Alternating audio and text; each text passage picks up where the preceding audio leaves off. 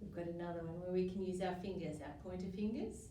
Two little dicky birds sitting on a wall. One named Peter, one named Paul. Fly away, Peter, fly away, Paul. Come back, Peter, come back, Paul. Let's do it again and use an Australian bird. 28.